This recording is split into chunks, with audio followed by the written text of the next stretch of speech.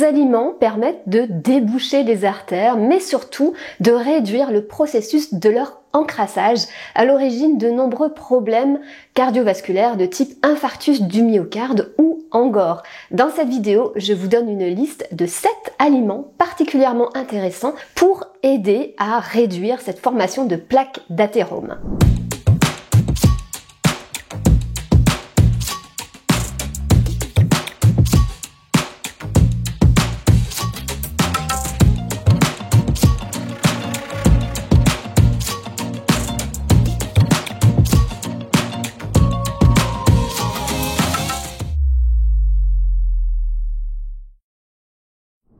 Alors oui, notre alimentation a un impact considérable sur notre santé et en général, on en prend conscience uniquement quand on a un problème, quand votre médecin vous informe que vous avez un problème de plaque d'athérome, un rétrécissement de vos artères. Alors il faut savoir que ce processus de formation de plaques d'athérome, il commence très jeune, ce n'est pas à 40 ans qu'on commence à avoir des plaques d'athérome, c'est bien avant et votre alimentation joue un rôle considérable. La plaque d'athérome, c'est tout simplement un dépôt de graisse dans la paroi de vos artères, y compris donc de cholestérol, puisque le cholestérol est une graisse, mais c'est aussi un dépôt de calcaire et le tout dans un processus inflammatoire avec une chape fibreuse. Donc, grâce à votre alimentation, vous pouvez réduire l'accélération finalement de cette plaque d'athérome. La base, bien sûr, c'est une alimentation à base de végétaux, bien sûr des fruits et des légumes, mais aussi à base d'aliments à index glycémique faible,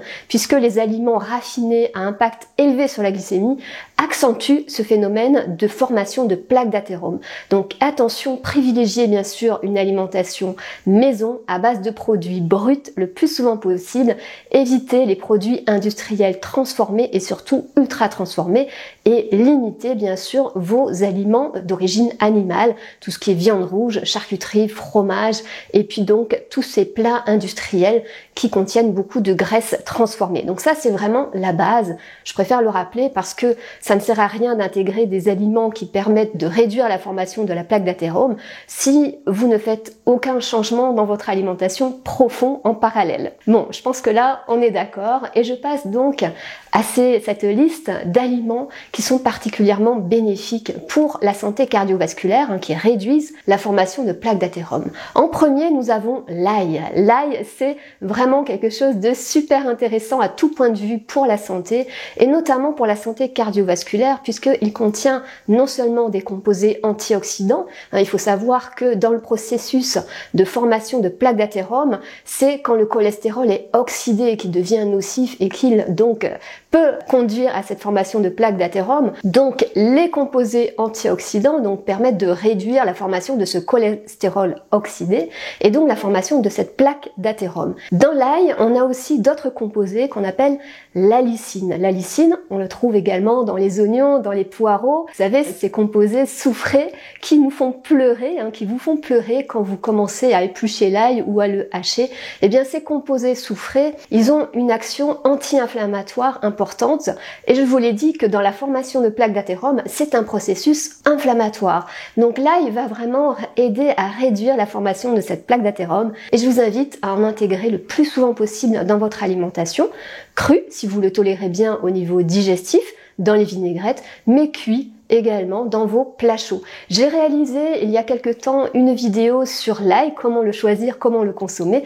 Vous pouvez le retrouver facilement dans mes vidéos. Alors, le deuxième aliment qui est intéressant à consommer donc pour réduire la formation de cette plaque d'athérome, c'est les sardines. Les sardines, c'est un poisson gras qui est riche surtout en oméga 3. Et il ne faut pas oublier que cette famille de graisses, des oméga 3, les acides gras de type oméga 3, ont une action anti-inflammatoire aussi très importante. Et entre autres, donc avec d'autres bénéfices également pour la santé. Donc pensez à intégrer des sardines dans vos menus, ça peut être même en boîte, des sardines à l'huile que vous allez égoutter. Ça c'est vraiment intéressant pour donc réduire ce processus inflammatoire lors de la formation de la plaque d'athérome. Donc vous pouvez en manger par exemple une fois par semaine, ça peut suffire. Bien sûr, l'idée c'est quand même de varier votre alimentation le plus possible. Le troisième aliment que je vous invite à consommer même quotidiennement, c'est du thé vert. Le thé vert est riche en polyphénol, qui est une famille donc d'antioxydants très puissants qui permettent donc de réduire l'oxydation du cholestérol. Donc le thé vert, vous pouvez en boire facilement au moins une tasse par jour, voire 2 tasses. Donc limitez quand même le sucre bien sûr dans votre thé vert. Si vous arrivez à le boire sans sucre ajouté, c'est le mieux. Donc pensez à boire du thé régulièrement. Alors je fais un petit aparté, c'est vrai que je vous dis de limiter le sucre et ça va dans le sens d'une alimentation à index glycémique faible. Je vous l'ai dit, pour réduire ce processus de formation de plaques d'athérome, il faut bien sûr adopter une alimentation variée, équilibrée, riche en végétaux et à index glycémique faible. Alors si vous ne connaissez pas du tout l'index glycémique, si vous voulez en savoir plus et comment basculer sur une alimentation à index glycémique faible, je vous invite donc à télécharger mon guide nutrition 100% IGBA où je vous explique tout sur cette alimentation qui est vraiment bénéfique non seulement pour le cœur et ses vaisseaux, mais également donc pour la santé en général, pour le bien-être et pour la vitalité. Dans ce guide, vous y trouverez donc mes meilleurs conseils, mais aussi une semaine de menu donc pour tester avec quelques recettes. Je suis sûre que vous allez adorer.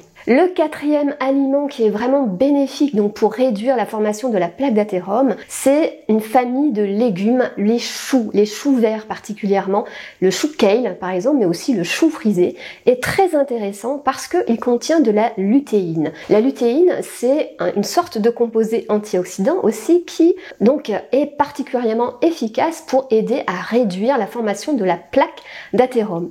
Et puis bien sûr, les choux sont particulièrement riches en plein d'autres nutriments pour votre santé, en vitamine C par exemple, en calcium et puis en magnésium, en potassium, etc. Donc pensez à consommer des choux régulièrement. Alors attention parce que le chou est riche aussi en vitamine K et si vous avez un traitement anticoagulant, il est parfois déconseillé d'abuser du chou. Ça ne veut pas dire que vous ne pouvez pas en consommer de temps en temps, mais peut-être pas quotidiennement et surtout pas à chaque repas. Le cinquième aliment que je vous invite à intégrer donc dans vos menus régulièrement, c'est la pomme. Et il y a un dicton anglais qui disait que une pomme par jour éloigne le médecin pour toujours. Alors est-ce que c'est vrai, est-ce que c'est faux? Ce qui est sûr, c'est que la pomme fait partie donc des fruits, donc des végétaux.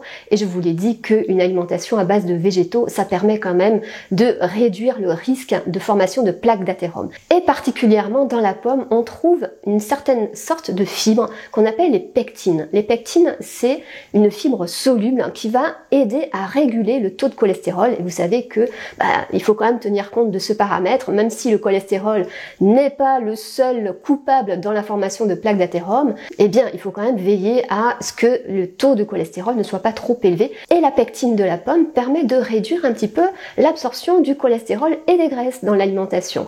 Et ça permet aussi de réduire le pic glycémique, donc c'est très bien dans le cadre d'une alimentation à index glycémique bas. Donc pensez-y, la pomme, c'est vraiment intéressant. Le sixième aliment que je vous invite à intégrer dans votre alimentation, c'est les noix. Les noix font partie des oléagineux. C'est très riche en fibres, c'est très riche en protéines et c'est très riche également en acides gras de nature oméga 3. Donc une action anti-inflammatoire qui va lutter contre l'inflammation qui existe au niveau de la plaque d'athérome. Et le dernier aliment que je vous invite à intégrer dans votre alimentation, ce sont des épices. J'en ai mis 2.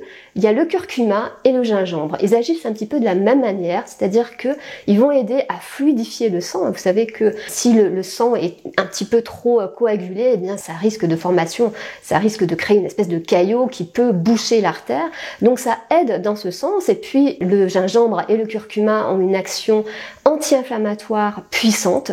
Donc ça peut être vraiment intéressant d'intégrer du curcuma et du gingembre dans vos plats au quotidien. Alors attention, parce que si vous avez un traitement médicamenteux pour l'hypertension ou pour le diabète, parfois c'est quand même contre-indiqué de consommer du gingembre ou du curcuma. Alors c'est plus quand on prend des supplémentations, des petites gélules de curcuma ou de gingembre, mais quand même demandez à votre médecin si vous pouvez intégrer dans votre alimentation, par précaution, donc du curcuma ou du gingembre. Alors voilà pour cette série de 7 aliments aliments qui permettent de lutter efficacement contre la formation de la plaque d'athérome. Donc pensez-y, pensez à consommer régulièrement ces aliments, mais surtout pensez à adopter une alimentation saine, variée, équilibrée, à base de produits bruts, de cuisine maison. Ça, c'est vraiment la base pour votre santé en général et pour la santé cardiaque en particulier. Vous pouvez bien sûr me laisser vos questions en commentaire et on se retrouve la semaine prochaine pour des nouveaux conseils nutrition, minceur et mieux-être.